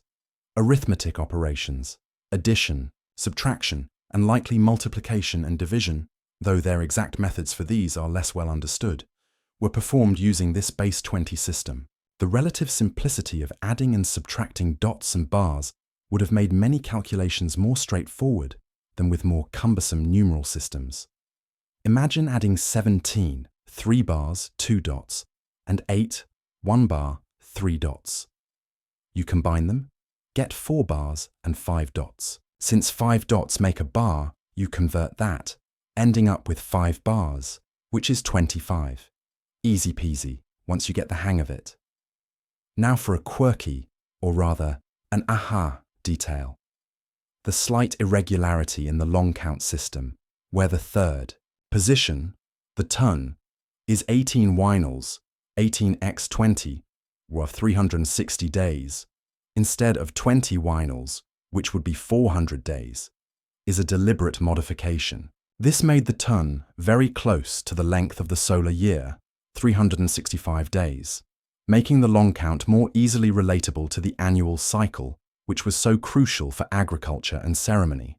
While a pure base 20 system would have gone 1, 20, 400, 8,000, 16,000 for its place values, the long count went 1, kin, 20, winal, 360, tun, 7,200, katun, 14,4,000, baktun. This pragmatic adjustment shows they weren't dogmatic about mathematical purity, if a slight tweak made the system more useful for their primary purpose: tracking time in relation to celestial and earthly cycles. Historians still argue about the precise origins of this 18x20 modification, but its utility is clear. This mathematical framework enabled the astonishing accuracy of their astronomical tables. To predict eclipses or the stations of Venus over centuries, you need to be able to handle large numbers and perform calculations that maintain precision. The vigesimal system, coupled with their meticulous observational data, allowed the Maya to create predictive models of celestial behavior that were unparalleled in many parts of the contemporary world. Their mathematics was not just an abstract intellectual exercise, it was a practical tool for understanding and interacting with their cosmos. It was the language they used to speak to the heavens and to decode its messages. The elegance of the dot-bar shell system is also aesthetically pleasing. Inscriptions featuring long count dates or calendrical calculations often have a rhythmic, patterned beauty, a testament to the Maya appreciation for order and harmony, both in the cosmos and in their intellectual representations of it. It's math you can actually admire for its looks, which isn't something you can say about most modern equations, unless you're a particular kind of enthusiast. So, as you relax, let the gentle logic of Maya mathematics flow through your mind. Picture the simple dots and bars, combining to represent vast quantities of time and intricate celestial cycles. Their vigesimal system and their crucial understanding of zero formed the invisible scaffold upon which their entire calendrical and astronomical edifice was built. It was the key that unlocked the complex mathematics of heaven, allowing them to chart the stars with such grace and precision. The jungle night hangs heavy and still, a comforting blanket of warm air and soft, distant sounds. We've explored the Maya's celestial knowledge, their calendars, and the mathematics that powered it all. Now, let's look at how this profound connection to the cosmos was literally built into their world. The astronomical alignments deliberately incorporated into the layout and architecture of their major cities and ceremonial centers. Their urban planning wasn't just about practical considerations, it was a way of harmonizing human existence with the sacred rhythms of the heavens. Imagine standing in the heart of a great Maya city like Chichen Itza, Tikal, or Palenque. The towering pyramids, the spacious plazas, the carefully placed causeways, sakbob or white roads, their arrangement was often not accidental. Many structures and even entire city layouts were oriented to mark significant astronomical events, particularly the solstices, equinoxes, and the extreme rising or setting points of Venus. This is a mainstream historical fact. Archaeoastronomers have extensively documented these alignments, demonstrating that Maya architects and city planners possessed a sophisticated understanding of celestial movements and deliberately encoded this knowledge into their sacred spaces. The city itself became a kind of cosmic map, a mirror of the order they perceived in the sky. Consider, for example, the famous pyramid of Kukulkan, El Castillo, at Chichen Itza. During the spring and autumn equinoxes, as the sun sets, a play of light and shadow creates the illusion of a giant feathered serpent descending the northern staircase of the pyramid. The serpent's head is a stone sculpture at the base, and its body is formed by the undulating shadows cast by the pyramid's terraces. This isn't a random coincidence. It's a deliberate architectural masterpiece designed to mark this crucial solar event, likely linked to the agricultural cycle and the worship of Kukulkan, the feathered serpent deity. Thousands gather even today to witness this spectacle, a testament to the enduring power of Maya celestial architecture. It's a bit like a divine light show, programmed centuries in advance. We've already mentioned the E-group structures, like the one at Waxactun, specifically designed as solar observatories to mark the solstices and equinoxes. But such alignments are found throughout the Maya world. At Uxmal, the governor's palace, a magnificent example of Puuc architecture, has a central doorway that is believed to align with the southernmost rising of Venus. Given Venus's association with warfare and rulership, aligning such an important administrative building with this potent celestial body would have reinforced the ruler's connection to divine power and cosmic order. It's like saying, "My rule is sanctioned by the great star itself." Pretty good. For political legitimacy, even the sakbyob, the raised paved causeways that connected important structures within a city, or even linked different cities, often exhibit astronomical orientations. Some might align with solar or Venusian events, or point towards significant features on the horizon that were used as foresight markers for astronomical observations.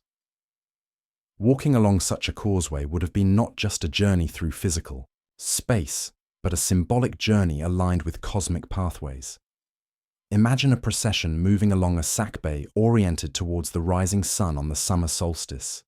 It would be a powerful ritual expression of harmony with the cosmos. Now for a quirky, or rather deeply symbolic detail. Some Maya cities appear to have been laid out to represent their cosmological model of the world. For instance, a city might be organized around 4 main quadrants, representing the four cardinal directions, with a central ceremonial precinct acting as the axis mundi, the point of connection between the earthly realm, the heavens, and the underworld. The placement of specific temples dedicated to particular deities within these quadrants could further reinforce this cosmic symbolism. It's like building a giant, habitable mandala, a sacred diagram of the universe you could walk through. Historians still argue about the extent to which these idealized cosmic maps were consistently applied, as practical considerations of terrain and resources also played a role, but the intentionality behind many alignments is undeniable. The act of building these aligned structures was itself a sacred undertaking. It required precise surveying, careful planning, and a deep understanding of the celestial cycles over long periods. The knowledge of the priest astronomers was crucial in this process. They would have worked closely with the architects and rulers to ensure that temples, pyramids, and plazas were correctly oriented to capture significant celestial moments. This collaboration between science, religion, and political power is a hallmark of Maya civilization. It's a bit like having your chief scientist, your archbishop, and your city planner all being the same person, or at least working from the same divine blueprint. These alignments served multiple purposes. They were, of course, practical tools for observation and for maintaining the accuracy of the calendar. They were also powerful symbolic statements, reinforcing the ruler's legitimacy and the city's connection to the divine order. Furthermore, they provided the stage for public ceremonies and rituals that would have brought the community together, allowing everyone to witness and participate in the unfolding cosmic drama. When the sunbeam hit the exact spot in the temple, on the equinox, it wasn't just an astronomical event. It was a shared experience of cosmic harmony, a reaffirmation of their place in the universe. So, as you continue to relax, imagine these ancient cities not as static ruins, but as dynamic instruments, vast stone observatories designed to interact with the heavens. Picture the sun's rays piercing a specific doorway at dawn, or Venus rising directly over a sacred pyramid. The Maya didn't just look at the stars, they built their world in conversation with them, creating a landscape where the sacred geometry of the cosmos was made manifest on Earth, a testament to their profound desire to live in harmony with the universe. The jungle night has reached its deepest point, a profound stillness just before the first hint of dawn. Our journey through the surprisingly advanced astronomy of the ancient Maya skywatchers is drawing to a close.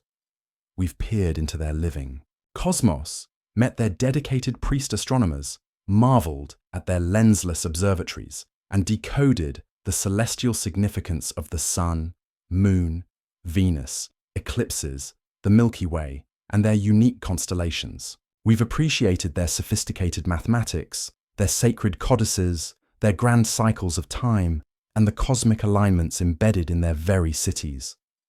Now, as we prepare to leave this ancient world, let's reflect on the enduring legacy of Maya astronomy and how their ancient wisdom continues to astound and inspire us.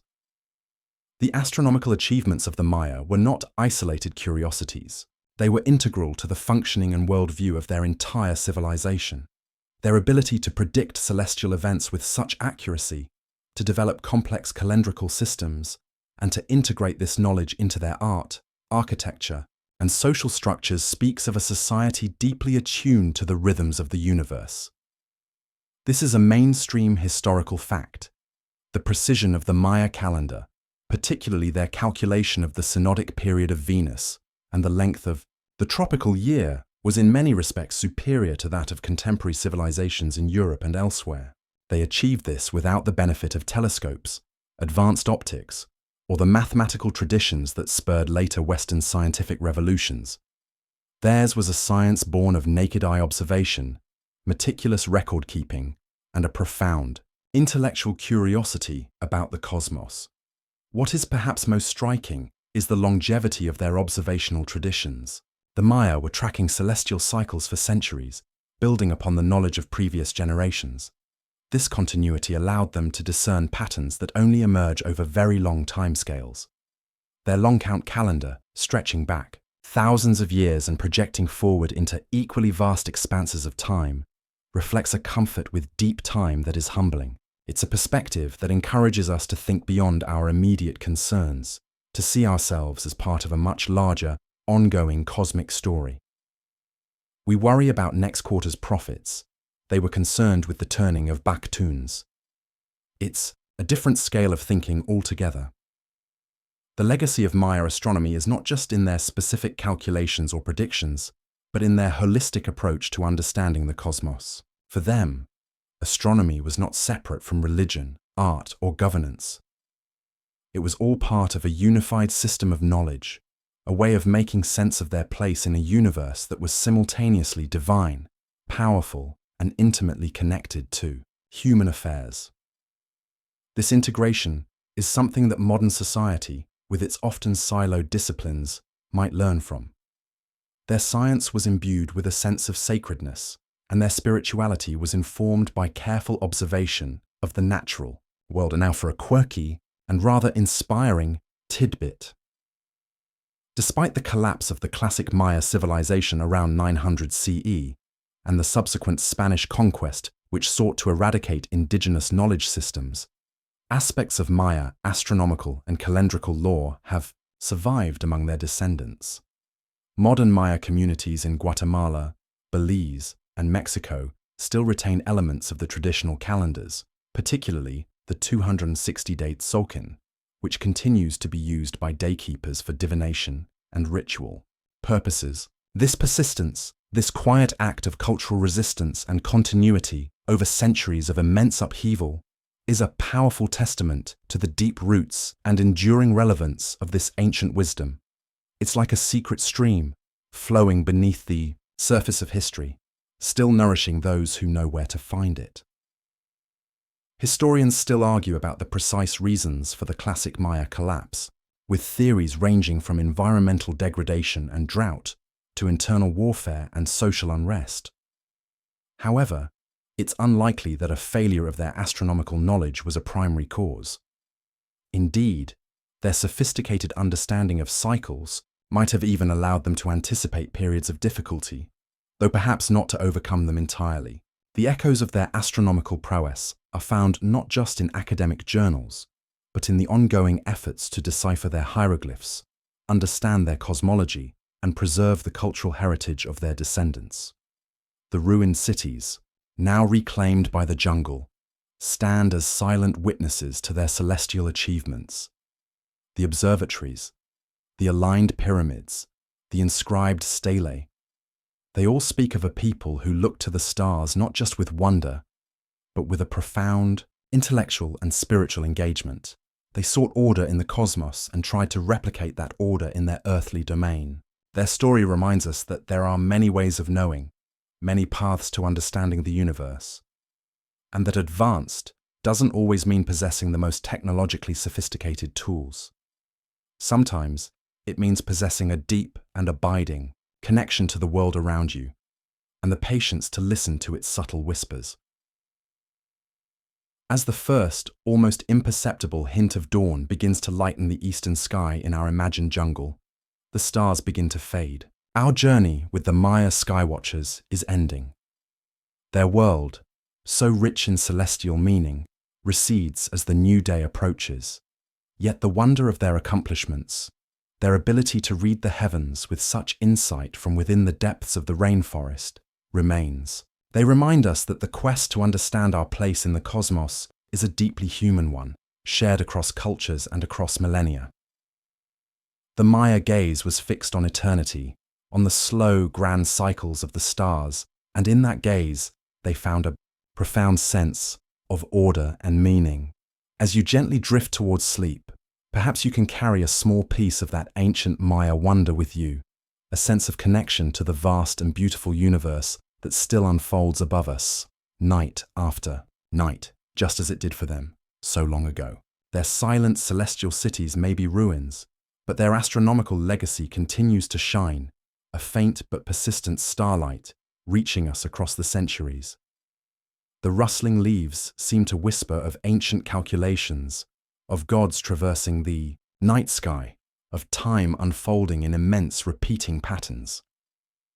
The air itself feels imbued with the knowledge of those who watched these same stars, who understood their language, who built their lives around their sacred rhythms. It is a peaceful knowledge, a deep and resonant understanding that connects the smallest earthly detail to the grandest cosmic sweep.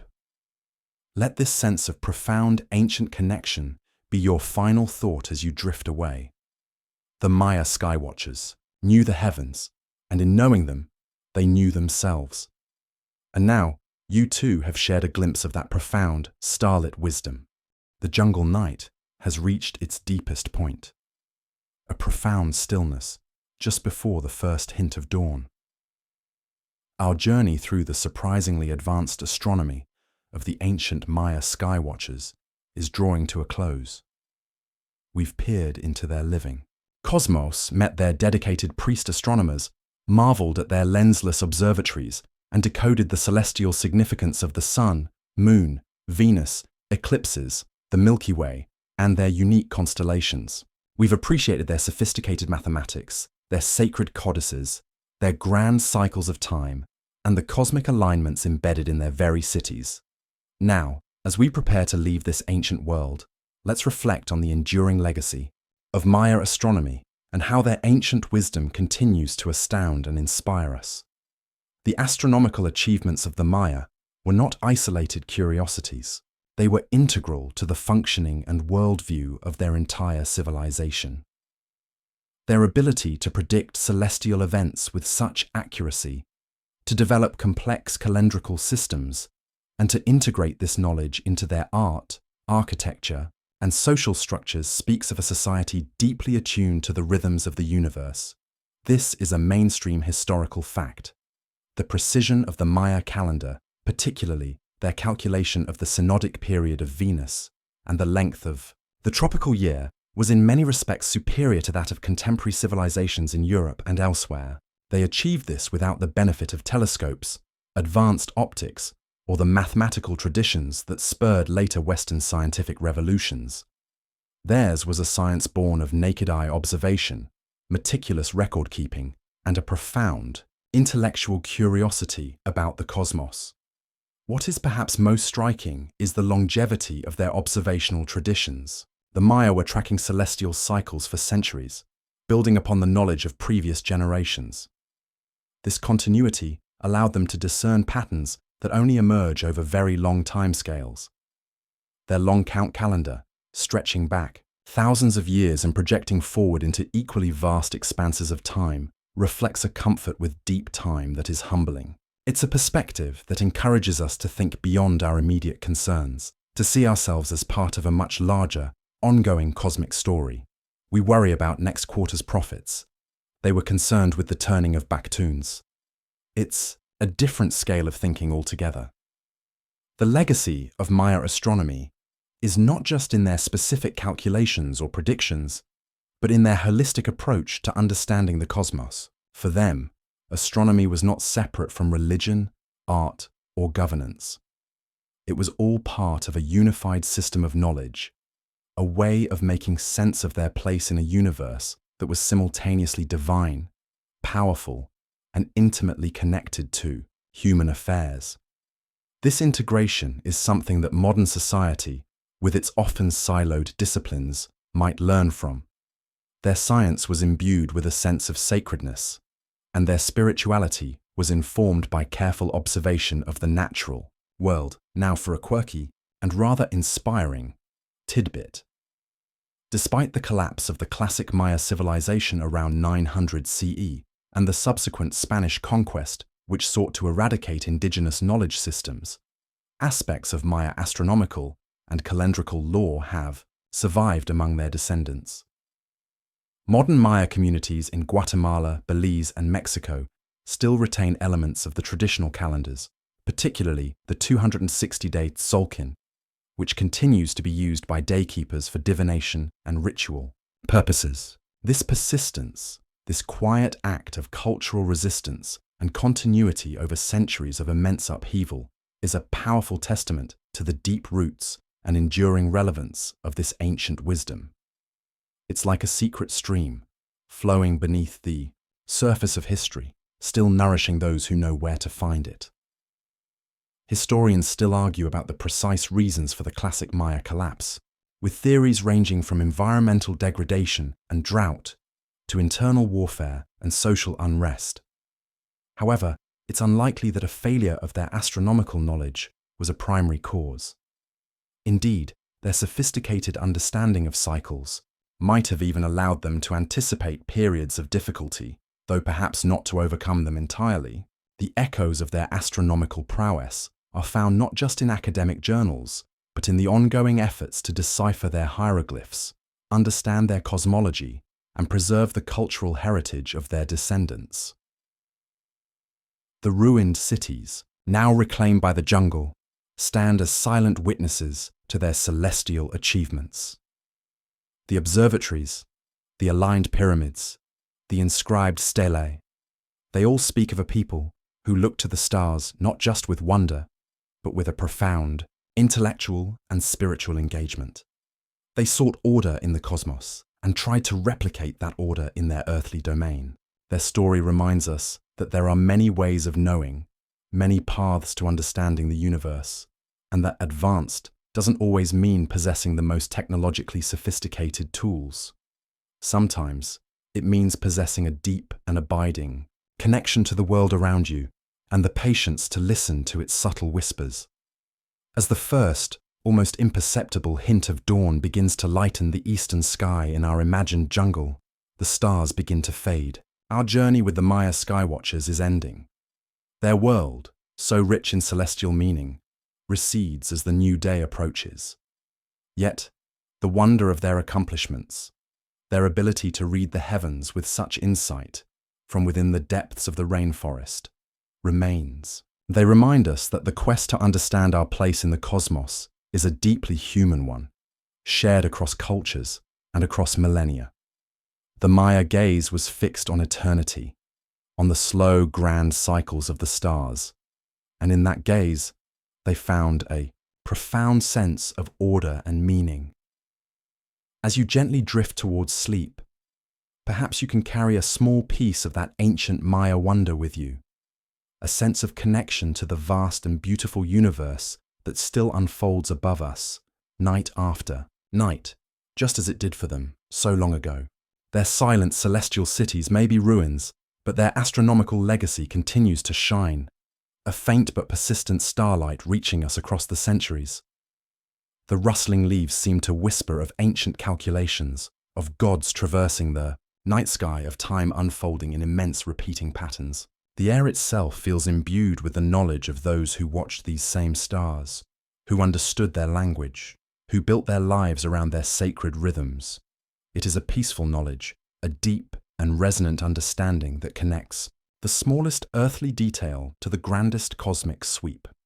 Let this sense of profound ancient connection be your final thought as you drift away. The Maya skywatchers knew the heavens, and in knowing them, they knew themselves. And now, you too have shared a glimpse of that profound, starlit wisdom. And so, the final stars wink out, one by one, as the gentle light of a new day, or perhaps the deeper peace of undisturbed sleep, begins to envelop you. The dense foliage of the Maya jungle, once so vividly imagined, now softens into a comfortable blur. The voices of the priest astronomers, their meticulous calculations and sacred chants, fade into a soothing hum, like the distant memory of a fascinating story.